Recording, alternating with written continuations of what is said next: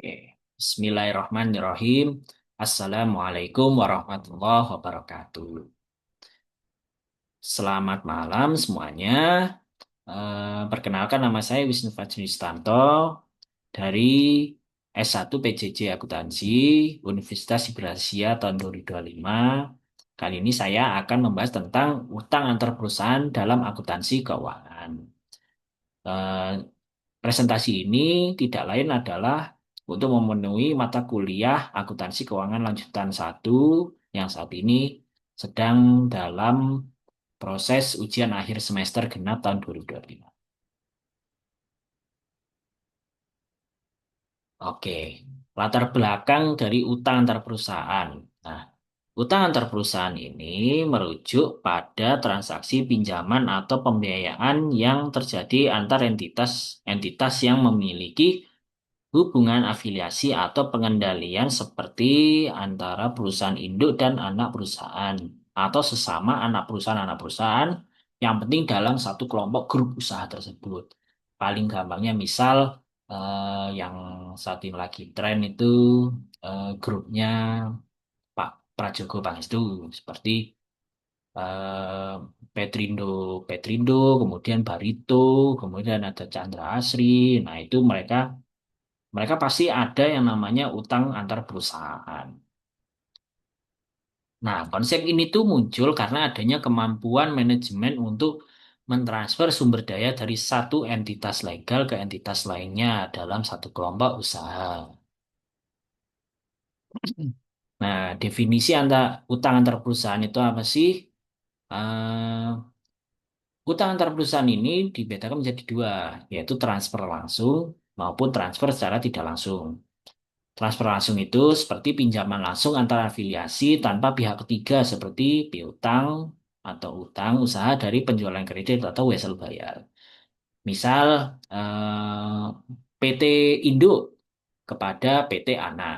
Nah, itu memberikan hutang kepada PT Anak karena PT Anak ingin mengembangkan atau memperluas jaringan usahanya.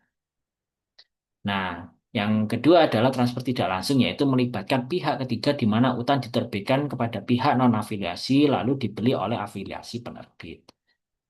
Misalnya PT Anak dan PT Indo, mereka melakukan transfer tidak langsung, tapi melalui pihak ketiga, misal melalui bank, melalui apa badan keuangan lainnya. Nah, itu melibatkan pihak ketiga sehingga di sini dikatakan transfer tidak langsung.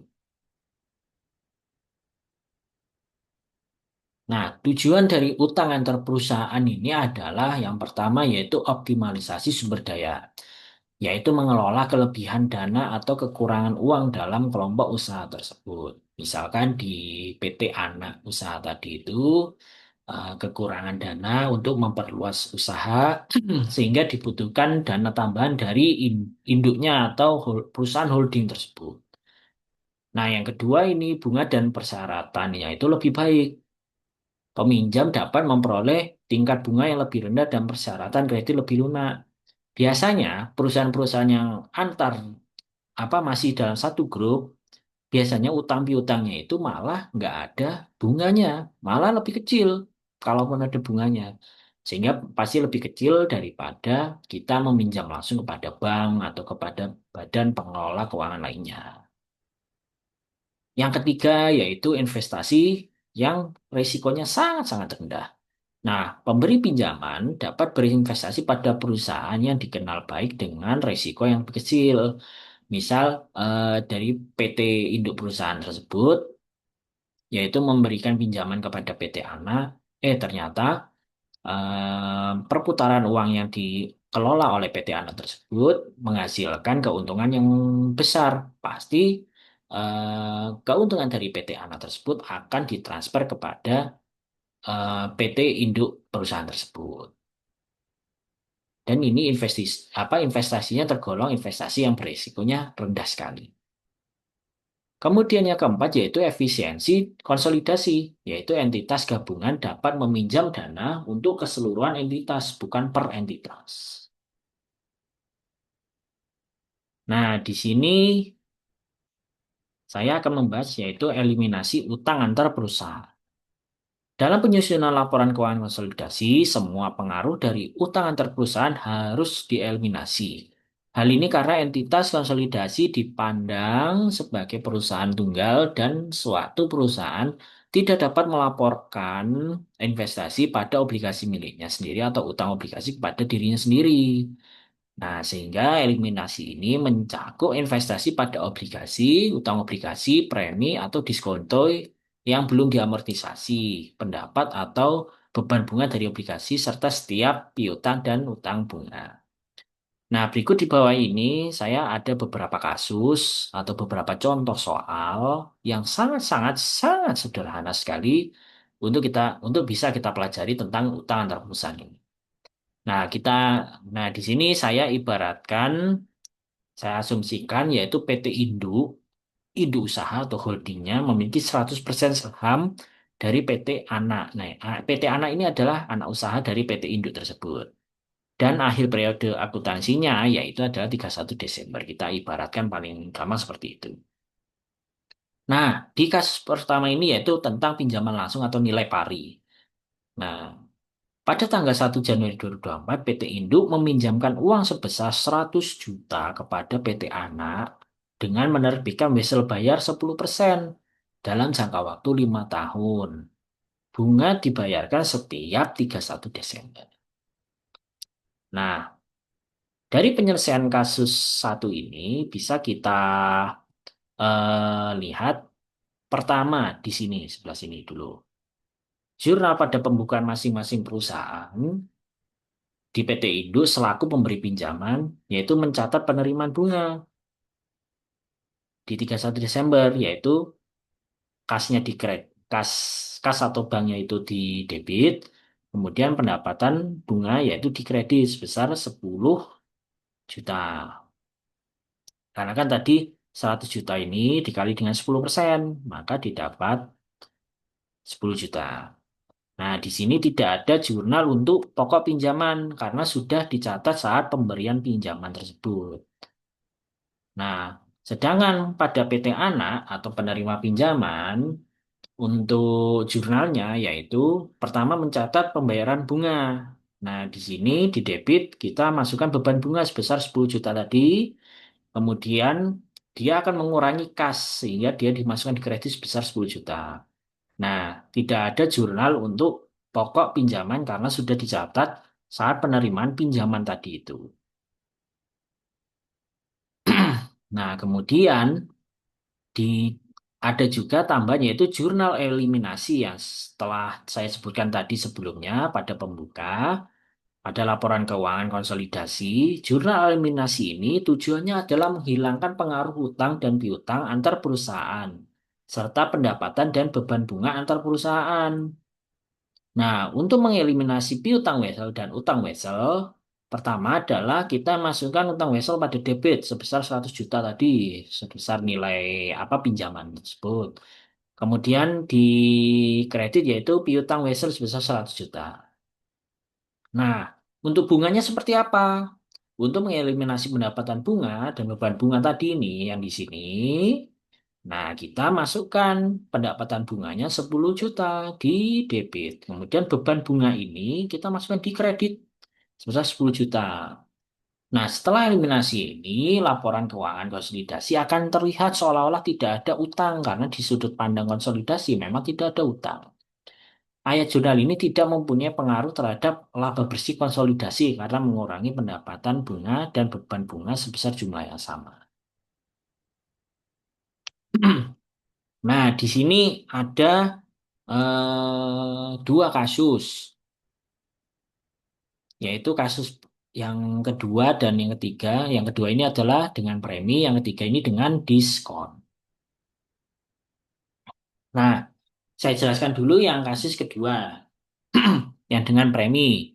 Sebenarnya 11-12 sih, premi dengan diskon ini. Pada kasus kedua ini, pada tanggal 1 Januari, PT Anak menerbitkan obligasi dengan nilai nominal 200 juta, tingkat bunganya yaitu 8% per tahun. Jangka waktunya 5 tahun dan bunga dibayar setiap 31 Desember. Obligasi ini dibeli seluruhnya oleh PT Indo dengan harga 200 5 juta. Premi akan diamortisasi menggunakan metode garis lurus. Kita lihat dulu penyelesaian kasusnya. Pertama adalah menghitung amortisasi premi.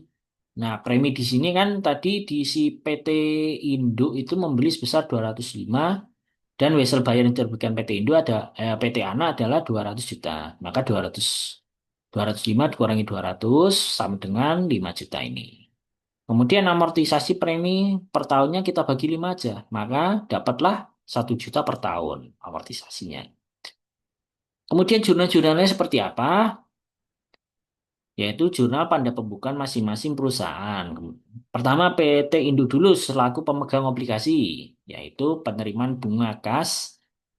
Yang jelas adalah penambahan kas di debit sebesar 16 juta dan pendapatan bunga di kredit sebesar 16 juta. Perhitungannya dari mana? Yaitu 200 juta tadi dari wesel bayar dikali dengan bunga 8%. Kemudian jangan lupa amortisasi preminya untuk mengurangi pendapatan bunga. Nah, pendapatan bunga di sini dimasukkan ke mana? Ke debit sebesar 1 juta dan investasi obligasinya kita buat, maksudnya kita buat akun investasi obligasi yaitu sebesar 1 juta di kredit. Lalu di PT Anak selaku penerbit obligasi gimana? Ketika pembayaran bunga kas, maka beban bunga masuk di debit sebesar 16 juta dan mengurangi kas atau bank dari PT Anak tersebut sebesar 16 juta. Amortisasi preminya seperti apa? Maka dia akan mengurangi beban bunga. Dibalik, maka kita buat akun baru, premi obligasi dibayar sebesar 1 juta dan beban bunga di sini 1 juta di kredit. Oke, kemudian jurnal eliminasi pada laporan keuangan konsolidasi di 31 Desember seperti apa? Untuk mengeliminasi investasi pada obligasi dan utang obligasi termasuk premi yang belum diamortisasi, maka akun-akun atau jurnal-jurnalnya seperti ini. Pertama adalah utang obligasi dan premi atas utang obligasi. Di sini nilainya 200 juta dan 4 juta. Itu di debit.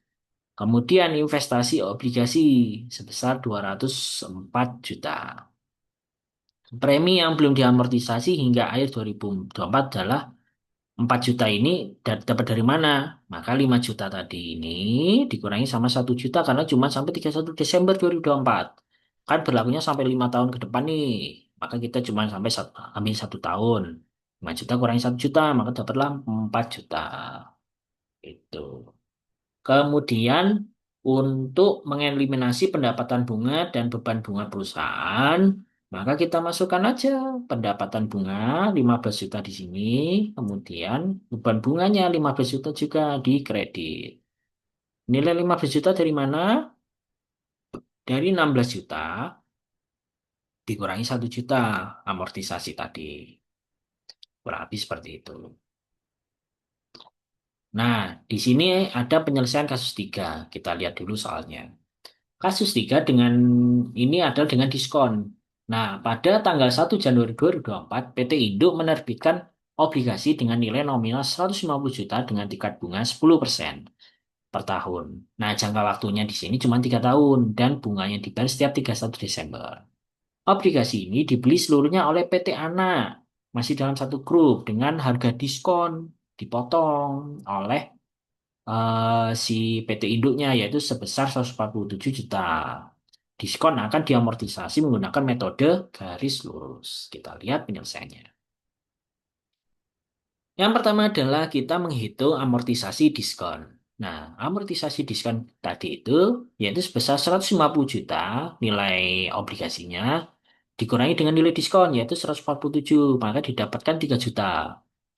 Nah, amortisasi ini kita amortisasi selama 3 tahun karena kan umur obligasi tersebut adalah 3 tahun ya sampai dengan lunas. Maka didapat tiap tahunnya adalah sebesar 1 juta. Jurnal dari masing-masing perusahaannya gimana, Pak? Jadi seperti ini. Di 31 Desember, pertama PT Indo dulu deh, selaku penerbit obligasi. Penerbit obligasi ini, maka ketika pembayaran bunga kas, beban bunganya di debit dan kas dan pasti akan mengurangi kas atau rekening banknya tersebut sebesar berapa? 15 juta. Hitungannya dari mana? 150 juta nilai obligasi tersebut dikali dengan bunganya 10%. Gitu. Kemudian amortisasi diskonnya. Di sini akan menambah beban bunga. Maka beban bunganya kemudian diskon atas utang obligasi di debit. Maka didapatkan 1 juta, 1 juta masing-masing. Kemudian PT Anak selaku pemegang obligasi, gimana jurnalnya? Ketika menerima bunga atau kas, maka pasti di sini di debit adalah kas sebesar 15 juta dan pendapatan bunga sebesar 15 juta. Perhitungannya sudah ya tadi 150 kali 10%. Kemudian amortisasi diskon ini adalah menambah pendapatan bunga. Maka investasi obligasi sebesar 1 juta dan pendapatan bunga di kredit sebesar 1 juta. Nah, ketika pelaporan konsolidasi ini pasti harus dieliminasi di akhir tahun. Jurnal eliminasinya seperti apa? Eh, untuk mengeliminasi investasi pada obligasi dan utang obligasi termasuk diskon yang belum diamortisasi, di sini jurnalnya adalah pertama yaitu di debit kita masukkan utang obligasi sebesar 150 juta. Nah, kemudian di kredit kita masukkan akun diskon atas utang obligasi ini, kemudian investasi obligasi sebesar 148 dan 2 juta. Nah, 2 juta ini dari mana? Diskon yang belum diamortisasi pada akhir tahun adalah 3 juta dikurangi 1 juta karena kita cuma sampai 2024. Sisa 2 tahun lagi yaitu 2 juta. Nah, untuk mengeliminasi pendapatan bunga dan beban bunga antar perusahaan, nah di sini pendapatan bunga sebesar 16 juta dan beban bunga di kredit sebesar 16 juta. Dari mana? 15 juta ditambah dengan 1 juta amortisasi. Kebalik sama premi tadi. Kalau premi tadi kan dikurangi, kalau di sini kita harus menambah. Oke, kasus yang keempat atau soal yang keempat nih. Utang tidak langsung antar perusahaan. Di sini tanggal 1 Januari 2024 PT Anak menerbitkan obligasi dengan nominal 300 juta. Tingkat bunganya adalah 9% per tahun. Jangka waktunya selama 5 tahun. Dan bunga dibayar setiap 31 Desember. Obligasi ini dijual kepada PT non-afiliasi atau pihak ketiga, bisa ke bank, kemana, ke PT lain atau ke lainnya, dengan nilai pari. Pada tanggal 1 Januari 2025, PT Indo membeli seluruh obligasi PT Anak dari PT non-afiliasi sebesar 290 juta. Jadi si PT Indo ini membeli obligasi yang diterbitkan PT Anak yang dikeluarkan kepada PT non-afiliasi sebesarnya 290 juta. Nah, ini secara tidak langsung ini. Langkah pertama yaitu kondisi sebelum pembelian oleh PT Induk di tanggal 31 Desember 2024. Maka di sini tidak ada jurnal di PT Induknya. Kenapa? Lah kan baru dibeli di 1 Januari 2025. Itu. Nah, kemudian kita lanjut ke langkah kedua yaitu jurnal pembukaan di masing-masing perusahaan setelah pembelian oleh PT Indo. Pembelian di PT Indo kan tadi 1 Januari 2025. Nah, di sini kita 31 Desember 2025. Nah, PT Indo selaku pemegang obligasi membeli obligasinya 1 Januari 2025. Nah, di sini kita masukkan investasi obligasi sebesar pembelian tadi 290 juta. Kemudian kas atau banknya akan mengurangi di kredit sebesar 250 juta. Nah, bunganya bagaimana? Bunganya dia akan menambah kas sebesar 27 juta. Kemudian pendapatan bunganya juga 27 juta. Perhitungannya adalah tetap bukan 300, bukan 250 tapi 300 dikali 9%. Nah, amortisasi diskon investasi obligasi di 31 Desember 2025. Diskon sebesar 300 juta tadi dikurangi 290, maka diskonnya yaitu 10 juta. Sisa umur obligasinya itu 4 tahun lagi dari 1 Januari 2025 sampai 31 Desember 2028. Amortisasi per tahunnya adalah 10 juta dibagi dengan 4 juta, yaitu 2,5 juta. Sehingga kita harus memasukkannya di investasi obligasi dan pendapatan bunga di kredit sebesar masing-masing 2,5 juta. Nah, di PT Ana sendiri gimana? Sebenarnya tidak ada pengaruh apa-apa. Justru yang berpengaruh adalah di PT non-afiliasi tadi jurnalnya. Tapi di PT Ana, karena kita membahas dalam satu grup, sehingga PT Ana selaku penerbit obligasi, untuk pembayaran bunga atau kasnya di 31 Desember 2025, beban bunga dan kas menguranginya di kredit, itu masing-masing sebesar 27 juta. Nah, di sini tidak ada amortisasi, diskon atau premi pada pembukaan PT Ana karena obligasi diterbitkan dari nilai pari. Nah, karena mereka satu grup, maka tetap harus ada jurnal eliminasi meskipun pembelian obligasi tersebut dari pihak ketiga. Nah, untuk mengeliminasi investasi pada obligasi dan utang obligasi, jurnalnya yang pertama adalah di debit yaitu utang obligasi sebesar 300 juta. Kemudian investasi obligasi 292 500 ribu. Kemudian keuntungan konstruktif atas akuisisi obligasi sebesar 7 juta 500 ribu. Nilai ini tercatat investasi PT Indo pada obligasi yaitu 290 ditambah 2,5. Maka nilainya sekian. Nilai tercatat utang pada PT Ana adalah 300. Perbedaannya 7,5. Adalah keuntungan konstruktif dari sudut pandang konsolidasi karena utang dibeli kembali rendah dari nilai nominalnya. Nah, kemudian untuk mengeliminasi pendapatan bunga dan beban bunga antar perusahaan. Pendapatan bunga se- sebesar 29.500, beban bunga 27 juta, kemudian pendapatan dari keuntungan konstruktif tadi itu yaitu 2,5 juta. Penyesuaian untuk amortisasi diskon yang seharusnya tidak ada dari sudut pandang konsolidasi. Nah, keuntungan konstruktif ini timbul karena entitas konsolidasi secara efektif membeli kembali utangnya sendiri melalui afiliasinya di bawah nilai tercatatnya. Untuk keuntungan ini harus diakui dalam laporan laba rugi konsolidasi. Nah, dari 4 kasus tersebut dan penjelasan-penjelasan sebelumnya dapat ditarik kesimpulan. Utang antar perusahaan adalah aspek krusial dalam akuntansi keuangan lanjutan, khususnya dalam konteks penyusunan laporan keuangan konsolidasi.